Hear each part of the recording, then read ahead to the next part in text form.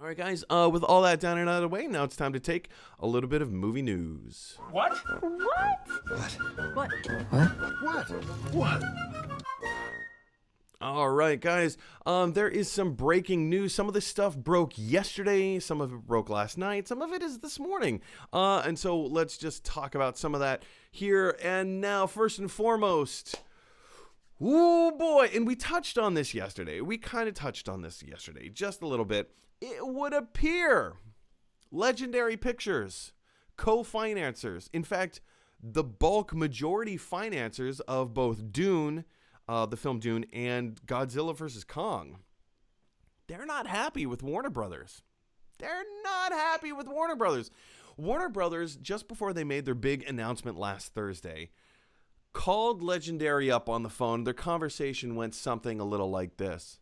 Hey, Legendary? Yeah, it's Warner Brothers over here. We're thinking about dropping all of our movies. In fact, some of the movies that you have helped us make, yeah, we're just going to go ahead and drop them on HBO Max. Okay, love you, bye! Click.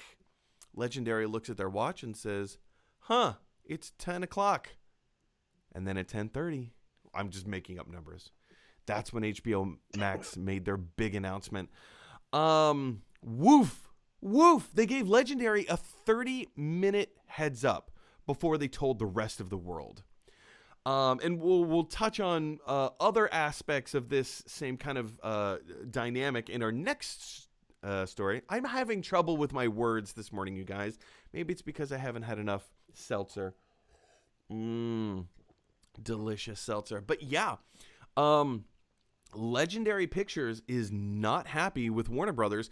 In fact, one of their biggest gripes here, let's jump into this article from Variety.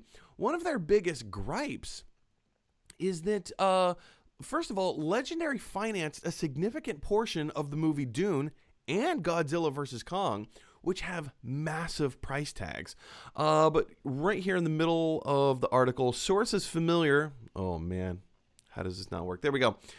Sources familiar with the situation say the top brass over at Legendary are trying to have conversations with Warner Brothers regarding its upcoming films. Legendary and Warner Brothers have frequently collaborated on a whole bunch of movies, blah, blah, blah, blah, blah, blah, blah. One possibility, jumping to the middle of the article here, one possibility is that Warner Brothers would buy the films outright from Legendary. Sorry, I skipped a part. Yes, that's huge too. Legendary is hoping to first negotiate a more generous deal, but isn't taking legal action off the table should the two companies fail to come to a compromise. So here's the thing. Legendary wants to work all of this out. Part of Legendary's frustration, let me highlight this for you. Part of Legendary's frustration is that despite largely bankrolling Dune and Godzilla vs. Kong, the production company, that's Legendary, didn't have much of a say in how its films would be released. Moreover, the company, Legendary, felt that Warner Brothers wasn't being transparent with its intentions. Months ago, Netflix had discussed a possible sale of Godzilla vs. Kong for a hefty $250 million. In a world, you guys, in a world where Tenet only made $350 million, and that was a struggle. That was a struggle to make $350 million at the box office. A $250 million dollar price tag from Netflix? I mean, I'm no financial expert here, but that doesn't sound like a bad option. But Warner Brothers, they blocked the deal.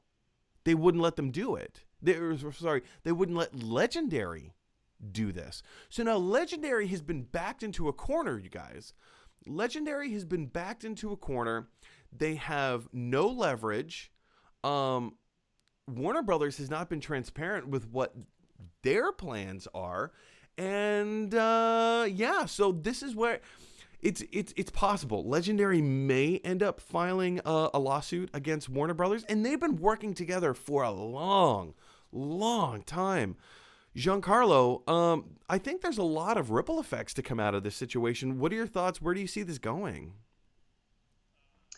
It's crazy. And it's crazy because this has to happen. It's not like there's really two options here. Either they figure out something to do with the movie um, right now, or they sit on it.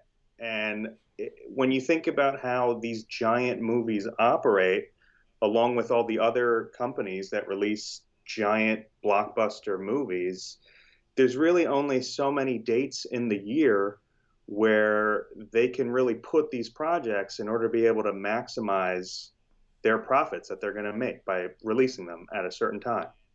And specifically looking at like Dune and Godzilla versus Kong, like Dune's a movie that I think I'm terribly excited to see on the big screen, just because I'm a fan of those filmmakers, and I know it's going to be an amazing looking film. Never mind that it's like super crazy science fiction, which is always a plus for me. And then on the other end, you have Godzilla versus Kong, which is I will eat it up just because it's Godzilla. It's a pure But it's popcorn fest. exactly. It's the type of movie that begs to be seen on the big screen because it's just pure spectacle. Um, I don't know. It's so insane to see. You can see how this is not. You can understand why the people who made these movies are upset. You can understand why the production companies are upset. Um, I can kind of understand why they're throwing this on HBO, just because what else do we do? If they were to not release these movies and just kind of sit on them until coronavirus is over, like where would they plug them in and how would that shift everything further forward? I keep thinking of like how Marvel does their movies and how they have all these release dates set for like the next 4 to 5 years. And their movies in particular are so kind of sequential that it would literally just shift everything further back. How do you deal with that? And these streaming services have really just kind of found their spot with coronavirus. It's crazy. It's very cool in a lot of ways. But yeah, it's definitely going to change everything I moving think, yeah, forward. You can kind of see how I mean, you everybody's say it's really cool in a lot of ways, which it is. I mean, look at because I was born in the '80s, raised in the '90s. I remember looking back at the '90s. I remember being a small child. I remember seeing there was some kind of a news article story about something that where like there were this special pair of goggles or glasses that you could wear and that would plug directly into your VCR player. A VCR player. And of course, your VCR player had to plug into the cigarette lighter of the car, and you could watch movies in your car. That blew my mind. That completely blew my mind. Like, that was on every wish list of mine for every Christmas for the next like 10 years. That's exactly what I wanted, to be able to watch movies in the car, especially on long car trips. Now the technology has progressed so far and so fast that now we're going to get some of these massive major blockbuster movies. Like, you can be, let's just say, for example, Andy Danish, improviser, sketch writer, voice actor, Andy Danish. He and his girlfriend are currently right now as we speak driving from New York to California. They're moving to Los Angeles as we speak. Mm-hmm. If they happen to be driving over Christmas Day, it is conceivable that Andy Danish could watch Wonder Woman 1984 on his phone in the car as they're driving to California. Think about that for a second. There's not going to be a world premiere. There's not going to be like a big press release event where everybody comes out and rolls out the red carpet for 1984. They're not going to do that realistically.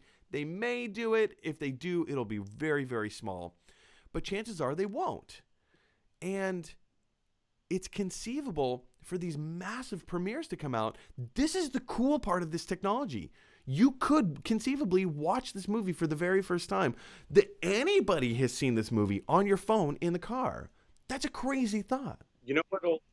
It's going to be that in particular is going to be fun because I think what they realize is yes, they may be shooting themselves in the foot a little bit with this movie, which let's be honest, at this point, it was going to be a big success. I mean, it's a sequel to Wonder Woman that was a big deal and was widely critically well received. Probably the best part of the DC expanded, like the new DC Agreed. universe. That and Shazam. And was going to be a big deal because it looks like it's a lot of fun because it's in the 80s. They're bringing back all these fun people. What they are going to do now, like it was going to be a huge success, obviously. Is it going to be as much of a success now in terms of profit? I don't know. But everybody will be talking about it on Christmas Day. It's going to be everywhere. Agreed. So they'll have that. It's going to build towards something else. How these companies decide to kind of capitalize on that is where it's going to get really interesting, and it's really something we're only going to be able to see as we kind of just move forward. I agree. Big question is for you guys. What do you think of Legendary's beef with Warner Brothers? Do you think that they have a valid case? Or do you think Warner Brothers, being the distributor, has complete control? They get to do whatever they want without having to consult anyone else. What are your thoughts? Jump on down to the comment section below and let me know what those are. All right, everybody, thanks for watching. If you like this video, click like. If you really like this video, click subscribe. And if you really, really like this video, click share, because that is exactly what Michelangelo from the Ninja Turtles would want you to do. Teenage Mutant Ninja Turtles.